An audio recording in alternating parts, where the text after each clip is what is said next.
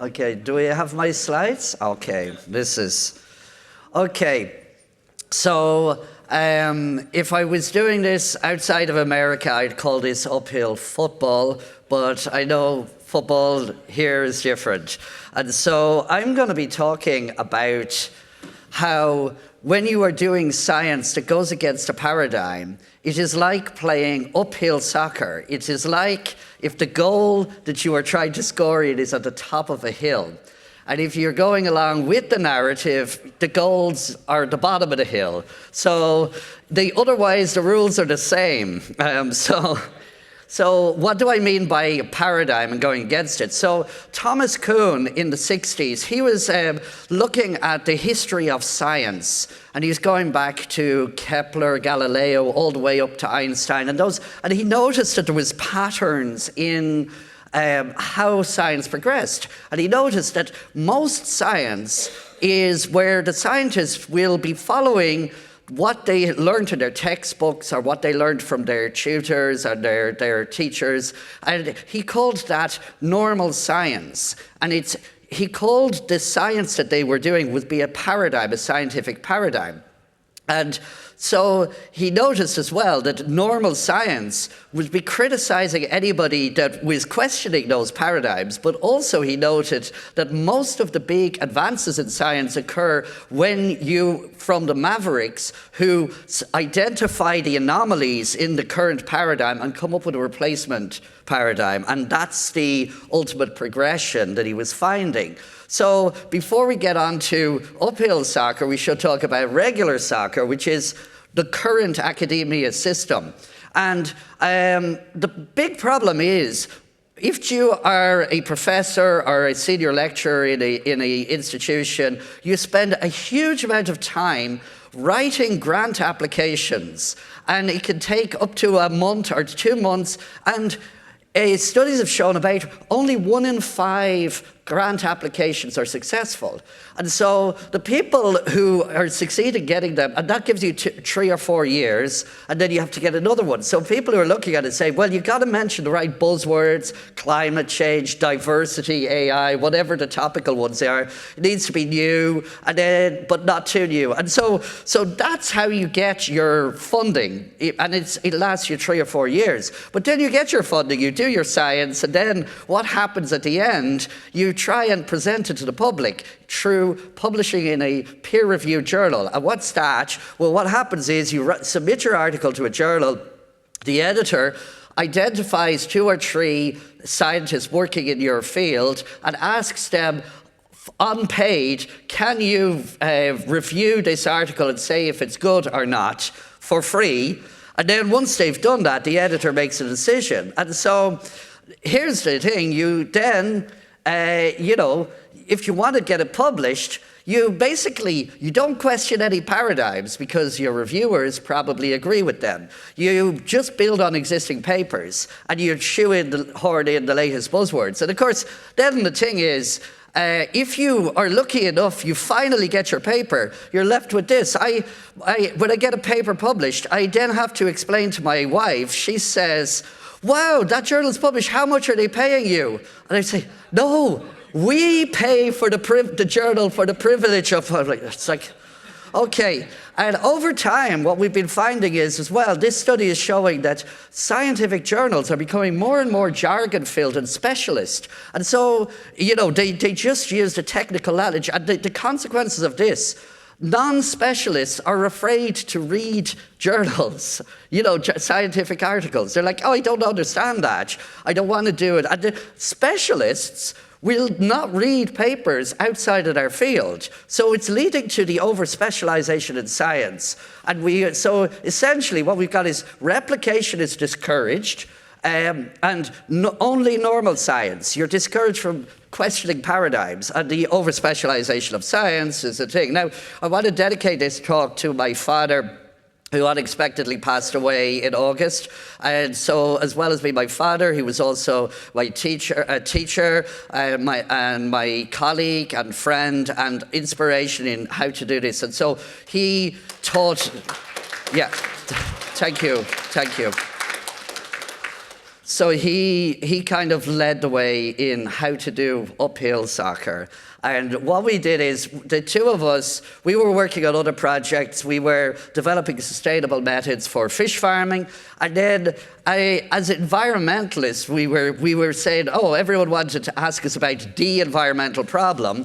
And the other thing is, we were looking at climate change because we were looking at the distributions of optimum fish conditions. Anyway, we just said, look, what is going on with climate change? And we decided to do it for free, just out of our own interest. And we didn't have interest in publishing. So we were basically, what did we do? We said, well, look, each of us would pick a topic, and then the other would try and demolish all of our arguments and our analysis. And it was only when we had finished, we could no longer demolish each other's arguments. So we said, fine, it's stress tested. It took us 4 years, but this is it. So how did this? Well, first of all, we bypassed the funding problem because we did it in our spare time. Okay. We were able to question all the paradigms, and then we saw the problem because we realized that we had found major problems with the existing paradigms, and we said, we'll never get this published, but we need to let the public know. So what we said is, at the scientific community, so we decided, let's put our findings online. We set up the open peer review journal, and then let the public peer review it. Let the scientific community do it. And we also realized that jargon problem. We said we need to explain to the general public. So we did a blog in non-technical language, and both of those websites are still online, haven't been updated in a while, but they're very useful resources if you're on it. So oprj.net, globalwarmingsoft.com. Okay, so just if you watched my talk yesterday, or if you're watching online, you can look at the archives. I was talking about global temperature data, and I was saying, we were finding that this hottest year on record didn't seem to work. So Michael was saying, but if it's not supposed to work, if we're not seeing the hottest year on record, the climate models based on the greenhouse effect theory say they should be. So he said, why not? What's wrong with the models? And he said, the problem with you can't test a model with other models. We said, can we look at real data? And he said, well, there's a weather balloon data. So he decided to look at this. Now, this is a technical slide. Okay, I'm sorry about this, but the weather balloons, what they do is they record temperature, pressure, humidity, horizontal wind speed, and wind direction. Now, because Michael and I both have chemistry, in chemistry, everyone's taught the ideal gas law, PV equals nRT. So some of you may be familiar with that. And Michael realized, hang on, we're recording the temperature and pressure. If you divide P by R times T, and R is a constant, 8.3, that gives you N divided by V, which is the molar density, the number of moles per cubic meter, which is basically the amount of gas per cubic meter. And he said, I wonder what happens if you plot that against pressure. And so what he realized is, as you go up in space, up towards space, obviously the air is less dense, so it should fall off as you go up from ground to sky. And sure enough, it does fall off. But he went and he said, wait a second, it falls off as a straight line, but then there's this point and it changes the slope, and it's a different line. And it turns out that's a tropopause. And we said, oh, that was just one balloon. No, we looked at it. It's always in the Arctic, everywhere. It's just the exact point change of slope occurs at different places. So this was a video, or this is if we gave a talk in 2019 in Tucson. And so for that, we just said, let's pick 1 year of the data here. Now, this is the usual way of plotting it, temperature versus pressure. But you see, these are the data points, and they're all squiggly all over the place. When you plot molar density against the pressure, all of those points fall onto two straight lines. Now, in science, if you can get hundreds of data points all over the place and get them all to fit onto two straight lines, then you know you're onto something that's fundamental. And it doesn't tell you what fundamental it is, but it tells you that we have something. So we then said, well, what happens to these others? So we analyzed all of the weather balloons we could find that had enough data. So it was 13 million. And we found pretty much everywhere has that same effect. And there's only some slight exceptions, which is basically polar winter and tropical monsoon sands. And we don't have time to go into it, but you can read the papers to find out a little bit about it. But what we did is when we accounted for that change in phase, change in slope, and changes in humidity, we found that we were, for any balloon, we were able to explain the temperature profile from ground to where the balloons burst in the mid-stratosphere in terms of the bulk gases. So that's nitrogen, oxygen, argon, and water. And we didn't have any room for the greenhouse effects, or, for the trace gases, which is what the models were saying should be the main one. So anyway, we published those, and we did 8 papers in all. But then what did we do? We said, well, let's email all of the scientists in the top the ones working in the field for getting communication. We had our blog, got a lot of interest and attention, and so we got a lot of commentary and discussions going on. We were, in our spare time, when we had holidays, we'd try and go to somewhere where we could meet the research labs in the different places. And then we also would Skype scientists for collaboration. And so by doing that, we were actually able to, we realized if you only question 2 or 3 paradigms at a time, and you do it diplomatically, it is possible to get publications. It just takes a lot longer. So we got these 3 papers published in peer-reviewed journals, but we were like, this is taking a lot of time in our spare time. And so along with Willie Soon, we decided in 2018 to set up the Centre for Environmental Research and Earth Sciences. And what we do here is we do science and we follow it where it leads. And if you like what we're doing, then you can support us. And it's like a different approach from doing it.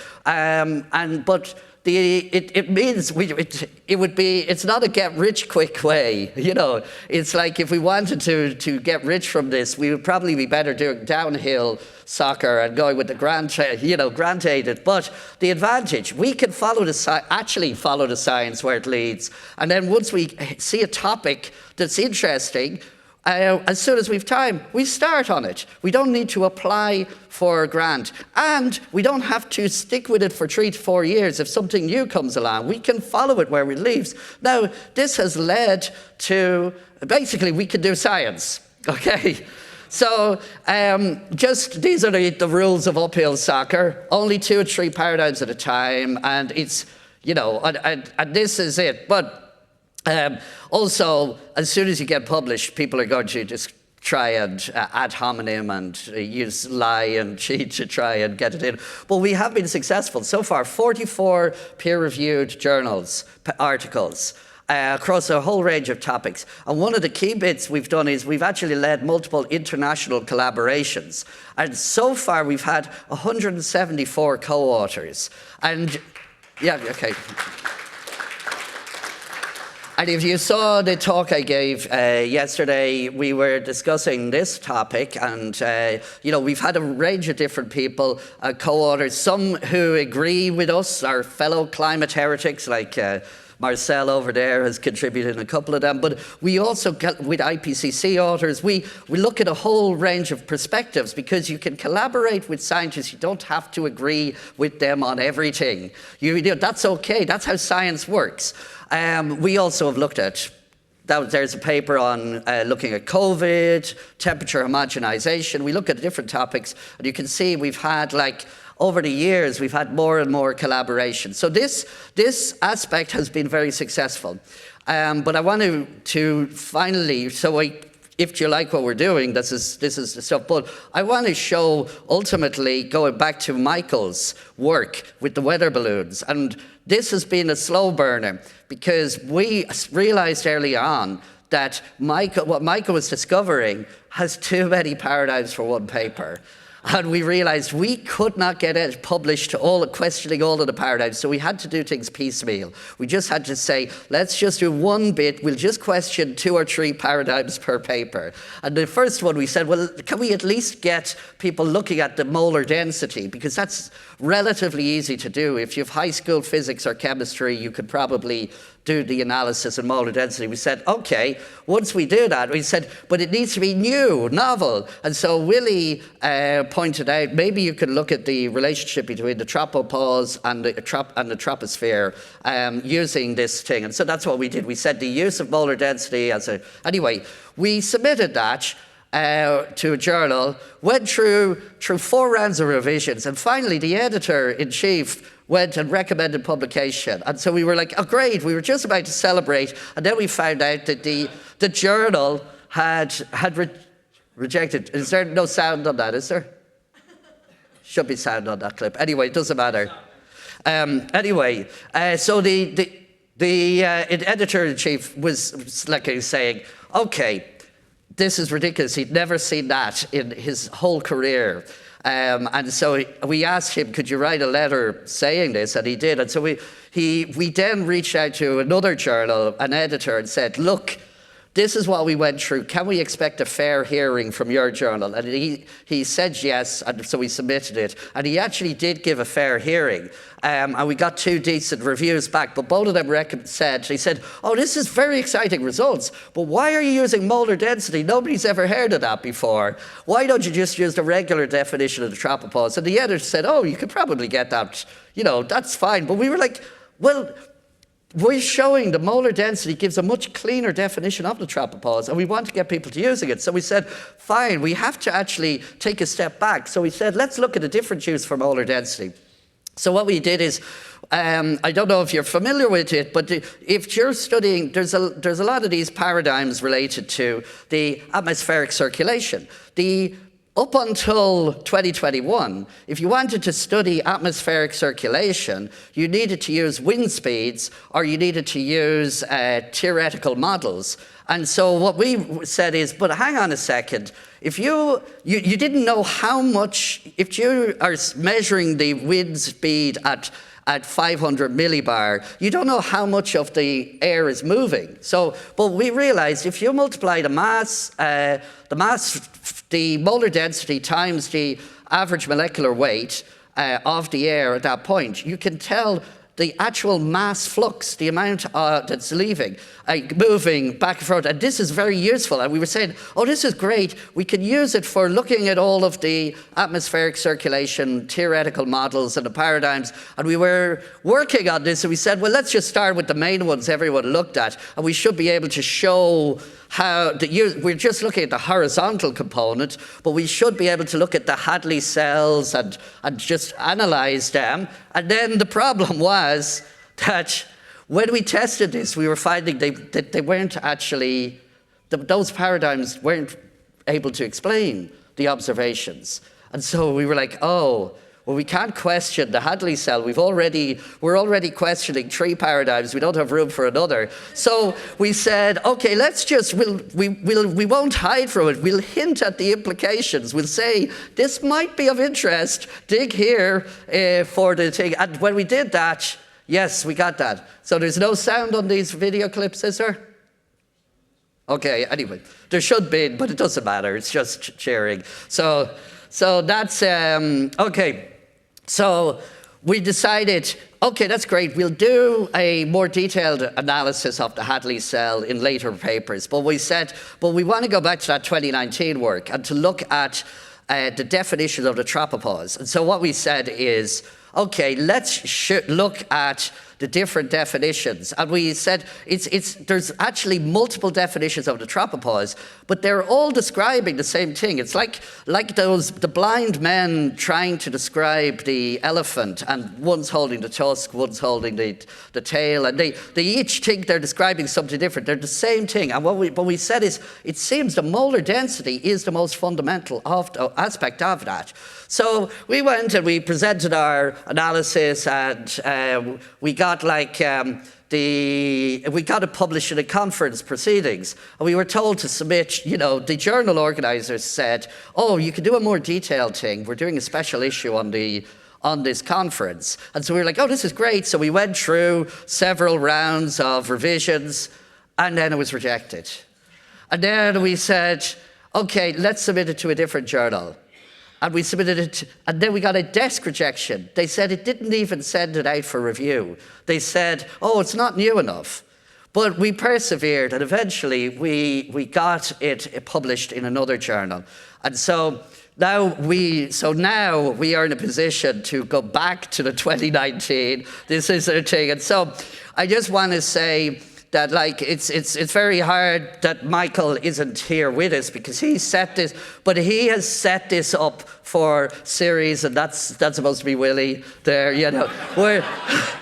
We're gonna try and follow up on, and we think he has set this goal up for us in the next thing. So just to wrap up, I just want to say ways that you can support us. So go to www.series-science.com, and you can, first thing, you can sign up for our mailing list. And so whenever we get a new press release or new story, you'll get notifications of it. We also have a YouTube channel and a Rumble and things like that, so you can subscribe to that. And go to our archive and look at all of the different stories, because we've quite a number, right, Willie? A number of stories.